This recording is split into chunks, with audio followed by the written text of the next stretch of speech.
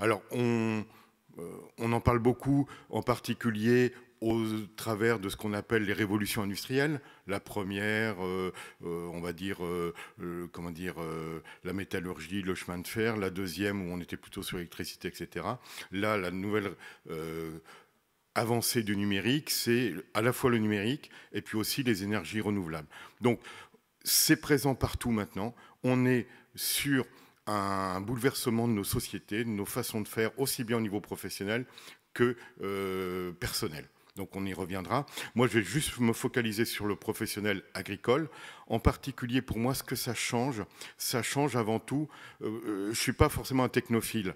Moi, ce qui change, c'est le regard agronomique. De quoi on part? On part, on va dire, de l'agriculture raisonnée que tout le monde connaît. L'agriculture raisonnée, c'est bien. Et en particulier, la méthode du bilan, c'est bien connu. On a un système dans lequel on a des entrées et des sorties. Eh bien, si on prend par exemple pour l'eau, mais les engrais, c'est la même chose, on a un décalage entre les deux. Et du coup, la dose, elle est facile à calculer. C'est ce qui manque. Donc, on va amener le complément de façon à assurer à la culture un bon fonctionnement. Le problème c'est que si c'est facile à comprendre, c'est très compliqué à mettre en œuvre. C'est très compliqué à mettre en œuvre parce qu'il y a plein de points qu'on a du mal à comprendre ou à connaître, ou sur lesquels on a peu d'éléments, en particulier tout ce qui est variabilité intraparcellaire, variabilité temporelle, etc. Et aussi, par exemple, ici, c'est une carte tirée d'archéologie aérienne, où justement ces écarts sont utilisés par les archéologues pour trouver des ruines. Parce qu'il y a bien une relation entre ce qui se passe dans le sol, ou au niveau du sol, et éventuellement des fossés comblés, etc., et ce que la végétation va en faire. Et donc, c'est aussi une preuve que cette interaction, elle peut être positive, voire négative dans certains cas.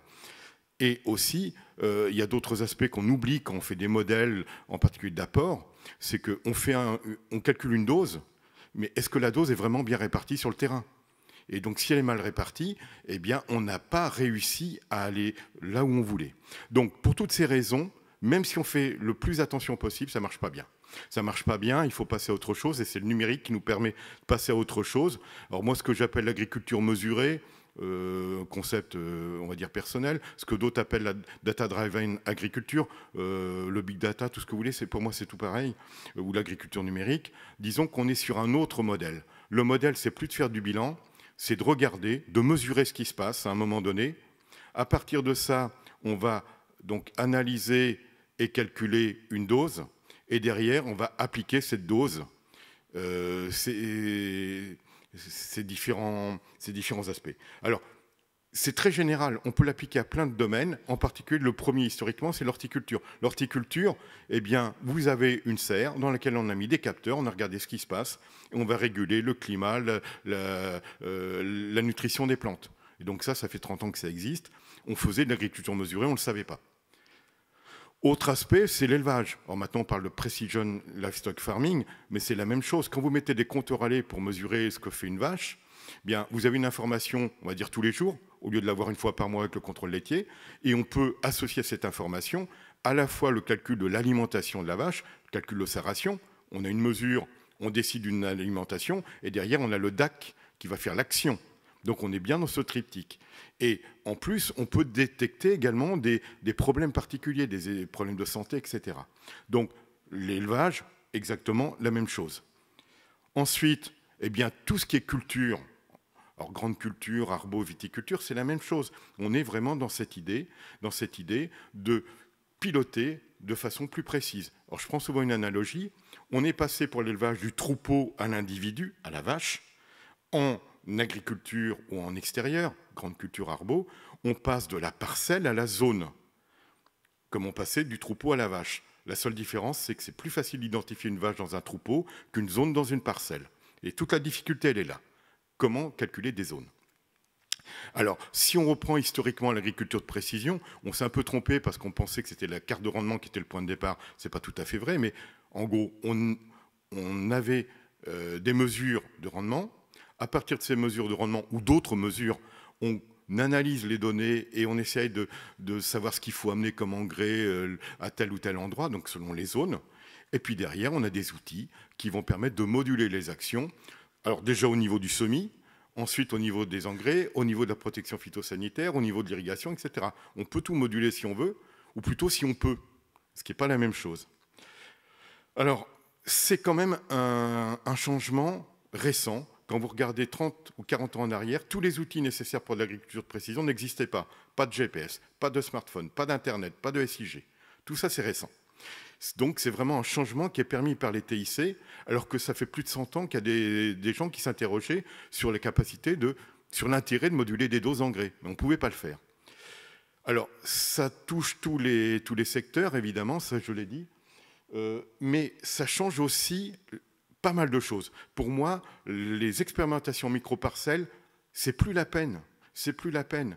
Vaut mieux faire des expérimentations vraies parcelles avec des capteurs de rendement, etc., pour éviter tous les biais d'expérimentation et permettre aux agriculteurs de faire de l'expérimentation en réseau, c'est-à-dire de les guider de façon à que les expérimentations aient une valeur intéressante.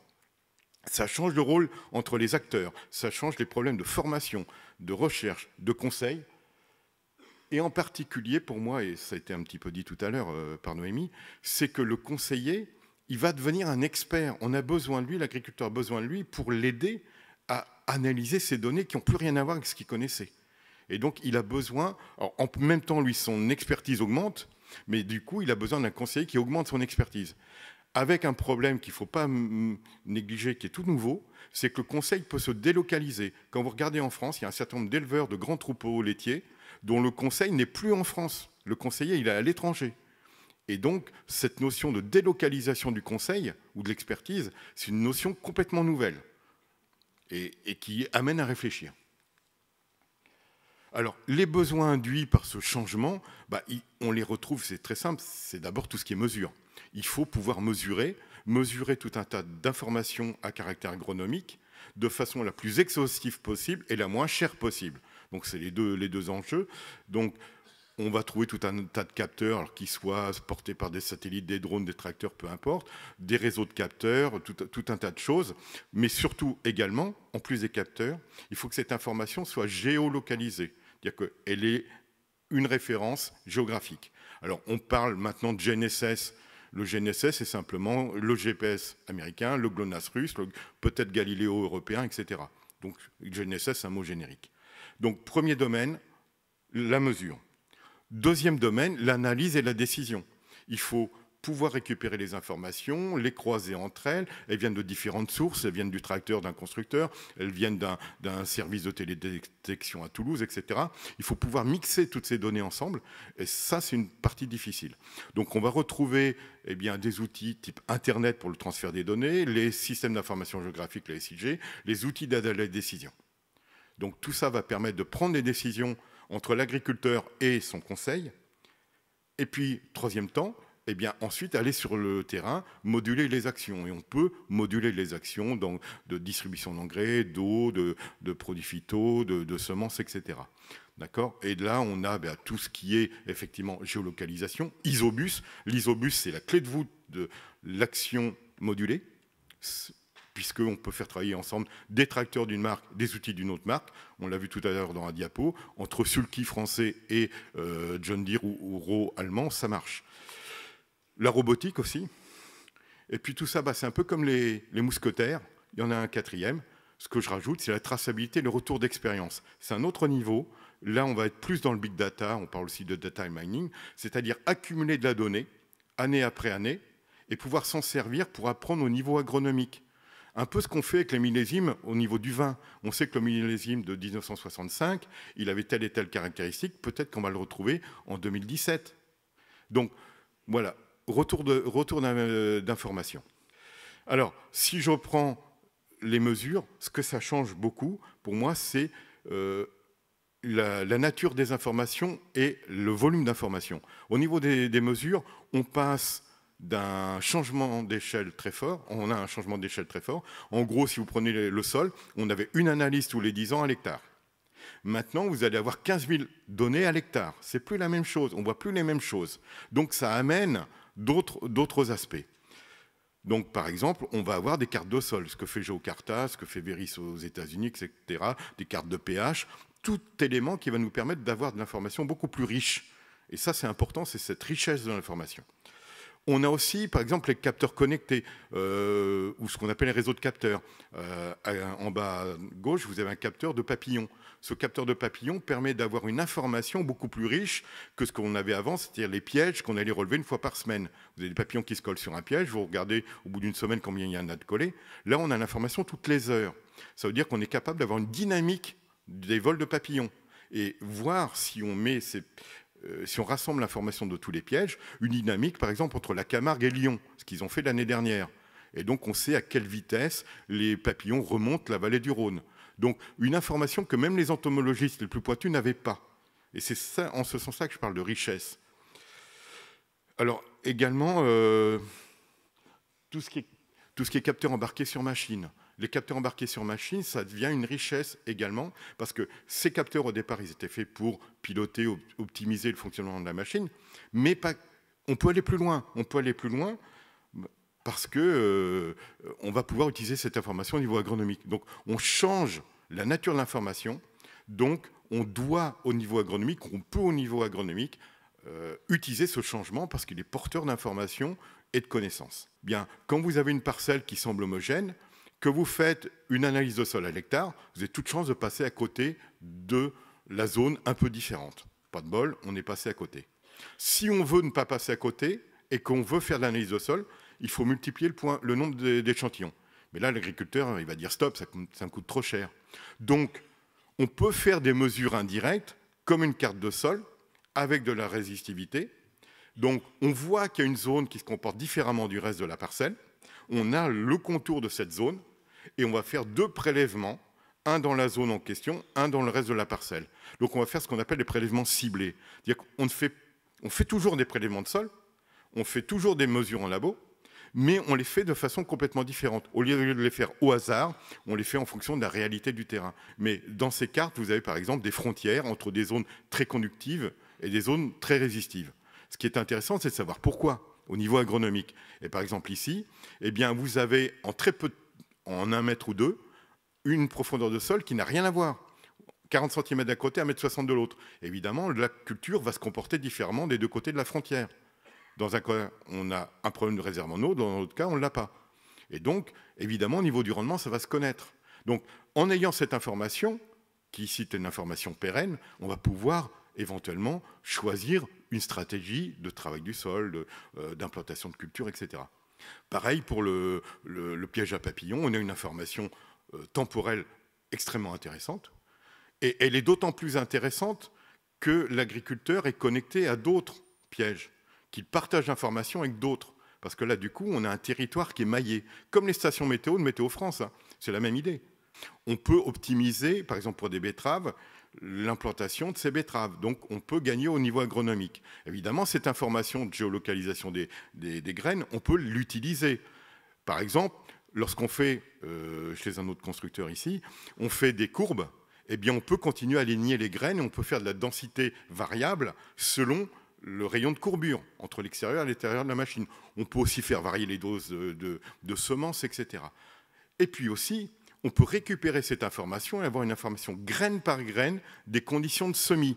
Est-ce qu'il y a eu des manques, des doubles? Quelle est la pression de l'appui de l'outil de tassement, etc. Et puis aussi, c'est un outil, par exemple, pour les entrepreneurs, pour dire, voilà, j'ai fait un semis correct ou j'ai eu un problème à cet endroit-là. Donc, on peut opposer au tiers une qualité de service, une qualité de travail. Mais l'intérêt, c'est d'aller plus loin que le rendement. C'est quelle est la rentabilité. La carte de rentabilité, c'est un outil qu'on n'utilise pas en France et qui est pour moi un outil extrêmement important, qui est un outil qui va permettre de se poser des questions à l'agriculteur. Pourquoi il y a des endroits où je gagne 3 fois plus d'argent qu'à d'autres? Qu'est-ce que j'ai fait de différent?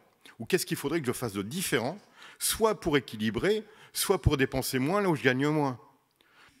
Quand vous gagnez 500 $ de l'hectare à un endroit, mais que vous en perdez 500 à un autre, on peut se poser légitimement la question, qu'est-ce qu'il faudrait faire pour éviter le rouge?